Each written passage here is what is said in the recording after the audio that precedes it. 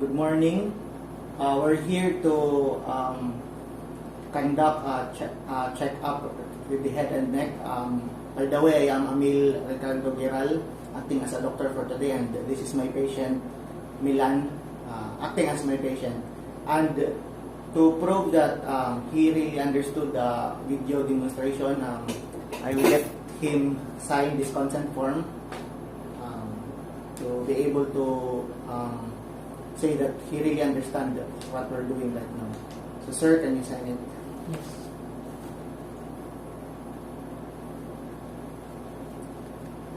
Thank you. So let's start for the head and neck. So the first is the check your eyes. The head and neck is checking the eyes, the ears, and the nose, the mouth, the tongue, and the neck. So the first is the eyes. So let's do the static finger test. So sir, can you cover your one eye? Cover your cover the No. that one, and look for my hands where it came from. Don't move your head. Look for my hands. Yeah, I can see. Yeah. So that's the static finger test. And when you do the static finger test, check for all the quadrants. Inspect if the sclera and conjunctiva are normal. So I will inspect the sclera of conjunctiva. So it should be pinkish, the bottom side. And also when you check the eyes, check for the pupillary light reaction. So I off the light first, and then I'll check using flashlight.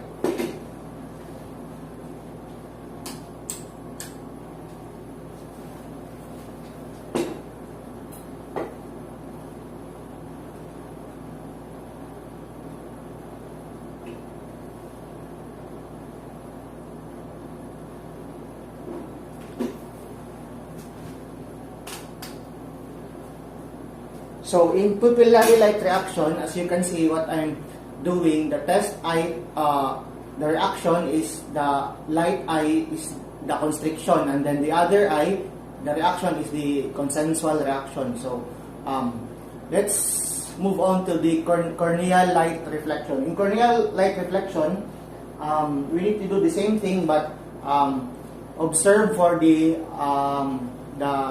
reflection in the cornea. So yeah, there is a reflection, so his eyes are normal. So after the corneal light reflection is the cardinal direction, the 6 ocular movement. You can check if there are nystagmus over there. So when doing the 6 cardinal direction, you should do this this kind of thing. So look for my hand. Yes.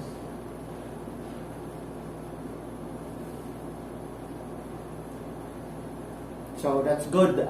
His eyes can follow my hand. So that's for the 6 cardinal direction. And the last one is the convergence. So convergence is, for example, this is the pen. It's an improvised pen. So it should be 15 to 8 centimeters, and then I will put it in the middle of his forehead. So like one, sir, watch for the spoon. So I can see that his eyes are moving. So after the convergence, let's move on to the, after the eyes, let's move on to the ears. So when examining the ears, you have to have an otoscope. So this one is like improvised otoscope. So sir, can you turn a little? So when you examine the ears, pull the ears backward and then gently insert the otoscope. So check if there are any like inflammation, masses, or blockade. So pull the ears backward using my left hand, and then this is how you do it when you check it. So when doing this, determine the anatomy, like the malleus, incus, the umbu, and then after you do the whisper test. So sir, can you go back to the presentation? So in whisper test, the patient should cover the one ear. So in covering one ear, I will whisper to the other ear. So sir, can you please tell me if what I'm saying? So just cover your one ear. Over there. A, B, C, D. Oh, yeah, that's good. And then the other ear. So sir, cover your 8, 9, 10. 8, 9, 10. Yeah, so his hearing is normal. And then after that,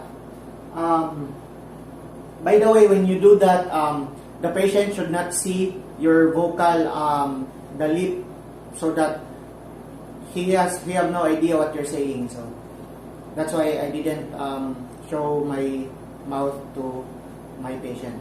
So let's say this is turning for when using this one, this will be used for the Raynaud's test and the Weber's test. So Weber's test is for localization, and the Raynaud's test is for bone conduction and air condition. So they're similar. They are similar techniques. So just we to check this tuning fork, the sound, and then I will put it in my over here, and then put it to my patient's head and ask if there's any sound. So actually the normal thing here is the patient will tell you if he hears some sound. So we're done with the ears. Let's move for the nose and the paranasal sinuses. So we use otoscope again, larger otoscope to examine his nose and paranasal sinuses. So when you examine, you insert the otoscope, and the handle should be at the side. So when you insert the otoscope, inspect for the nasal septum, the nasal mucosa, the turbinate, if any of the anatomy of the nose. So like this one, so this is the otoscope. Insert it. So examine the anatomy, and most accessible site for this is the anterior portion of the nasal septum, and you should test for the blockage and applying pressure. When you test for the blockage, you apply pressure to the other side. So I will apply pressure to the other side, and let's see if his nose are normal. So apply pressure, and then sir, can you breathe? You didn't find it hard to breathe. The other side again. Breathe. So yeah, that's normal.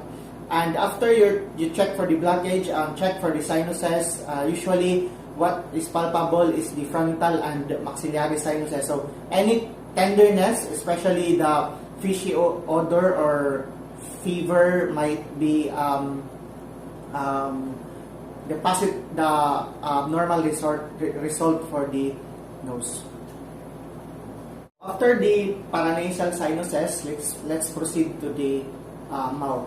So in inspecting the mouth, you should make the patient tongue out, and then palpate if there are any lesions. So sir, can you make the tongue out? So usually you should palpate any lesions from the ventral to the dorsal side, and there if his tongue mouth are normal, so it's okay.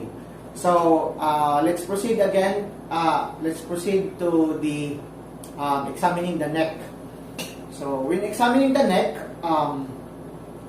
so I should stand so that I will examine this neck. Wait, a little bit closer. So when you examine the neck, you should check for the lymph nodes and palpate your palmar surface. So this is my palmar surface. So check for the lymph nodes in the periocular, auricular, the occipital, the tonsillar, the mandibular, the submental, the superficial cervical, the posterior cervical, and the deep cervical, and the supraclavicular. So usually in the deep cervical, you should grasp the sternocleidomastoid. And also inspect for the thyroid gland. So determine the movement.